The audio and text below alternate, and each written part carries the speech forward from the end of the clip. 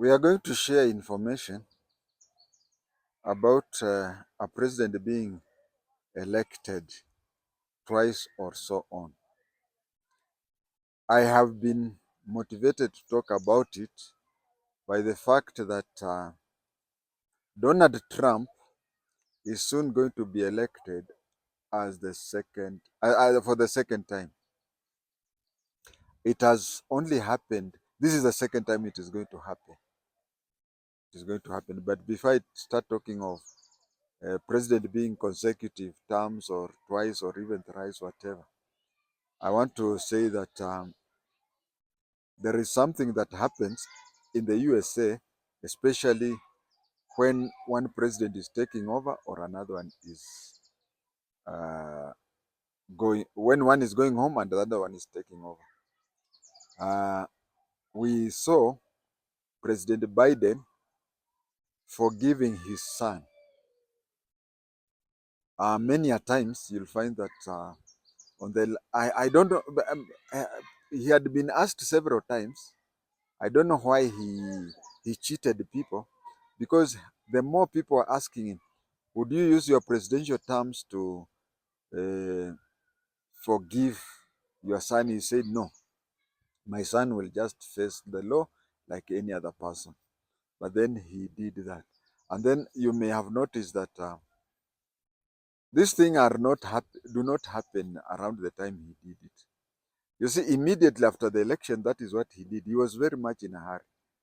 What most presidents, especially the USA presidents, do, what they do is that they wait until their last day in the Oval Office. That is their last executive order.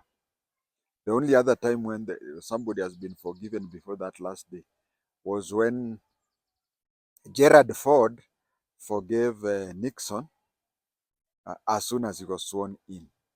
But in America, rarely it happens. And people usually wait until the very last time when the attention is for the inauguration of the new president, that the old president would then use that opportunity to forgive people. And it happens in every country, even in Kenya. If the president forgives you for any offense, then the what do you call a certificate of good conduct will never indicate that you committed that crime. Will never. If you have committed other crimes, yeah, it will. But that particular offense or offenses that the president has forgiven you will be rubbed off. So he did it very fast. I want also to predict that it is possible that among the very first dozen executive orders that Trump will do once he enters the office, I think he will forgive those people who went into the who attacked the parliament, who went to the Capitol Hill. Is it January 6th? Uh, don't be surprised if he forgives them, or be surprised if he does not forgive them.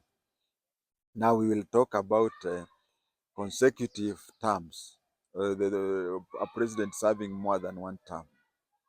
Uh, in the American Constitution, it's very clear that you serve a total of 2 terms. Total 2 terms. And apart from the other president whom I've forgotten, who served another term after being voted out, it has always been assumed through practice but not written law that if you serve the first term and you are rejected, you just forget about politics. But Trump hung around and came up. But according to the US, he cannot go for a third term. After he completes this one, he cannot contest for another one. Or after he completes this one and goes home, he cannot again come back in future, although the age does not allow, but he cannot come back in future and contest the same seat. Ugandans will be shocked. Ugandans will be shocked because their president, the current president, became the president in 1985, approaching 40 continuous years. Nyasebo, you should know that in other countries we have something that is called term limits. Term limits. Uh, Depending on the countries that had term limits, usually it is as clear as that. But today, I'll talk about two presidents who zigzagged the term limits. I'll start with our own Mtukufu Rais Daniel Toroitich Kapkoris Arap Moi.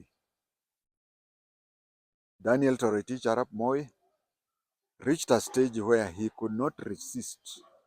He could not resist multi-party, and then also a new constitution came in.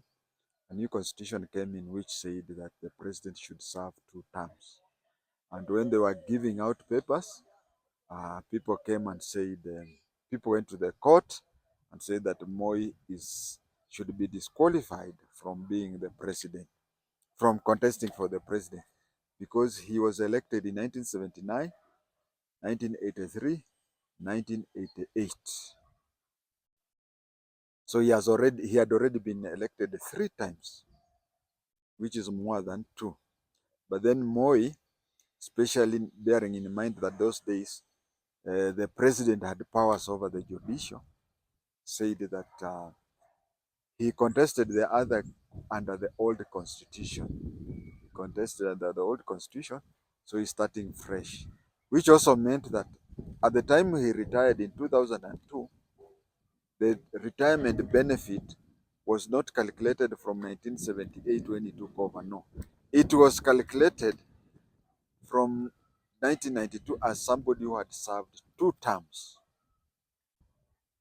So that is how Moi succeeded in having 5 terms because of that. Mwai Kibaki ruled for 10 and something on top because the elections were 2013.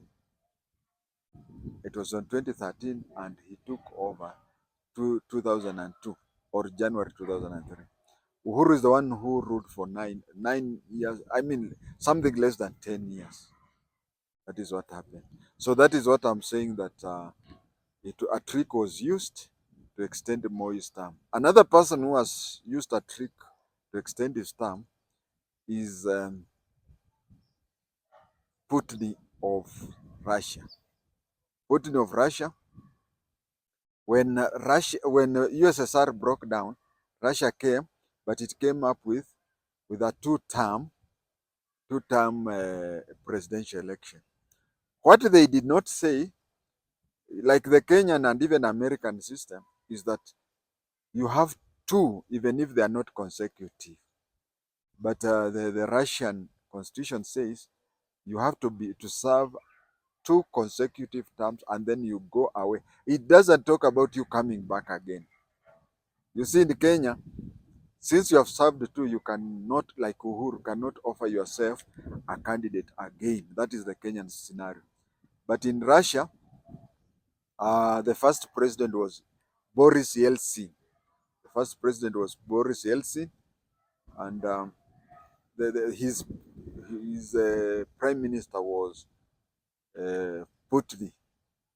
Putin was the prime minister, and then in 1999, uh, Yeltsin resigned, so the prime minister Putin became the president for 2 terms of 5 years. 2 terms of 5 years. That is 1999 plus 5. That is up to 2004. And 2004, he did a second term of 5 years and served up to 2009. And you see, the constitution says that you have a maximum of 2 consecutive. But even as we speak today, the Russian constitution does not talk about a person who has served for 2 consecutive terms. Uh, it does not stop him to come back again. So in the year 2009, he I'm trying to remember, but I've forgotten the name of the person. His prime minister. He made his prime minister to be the president, and he became the president, the prime minister. So 2009 up to 2014, he served as a prime minister. and then his prime minister served as the president. And of course, the former prime minister who was the president, wanted to serve the second term, but Putin wanted to go back. That is why even today they are not on talking terms. After serving 5 years as prime minister, he went back from 2014 up to 2024. Reaching 2024, he has used a Moi system of changing the constitution. Now the constitution, the Russian constitution, has been changed that in the next presidential elections, it will serve 7 years. The president will serve 7 years, which means two, that is 14 years. And he says that since he was not, and he says that since he has not served in the 7 year time, then he's saying that no, no, no, he will contest as if he's just a new person. So my viewers, if he succeeds in that election, it means that from 2014, he is going for a maximum of two, which is 14. He'll stay 2020 from 2024, sorry.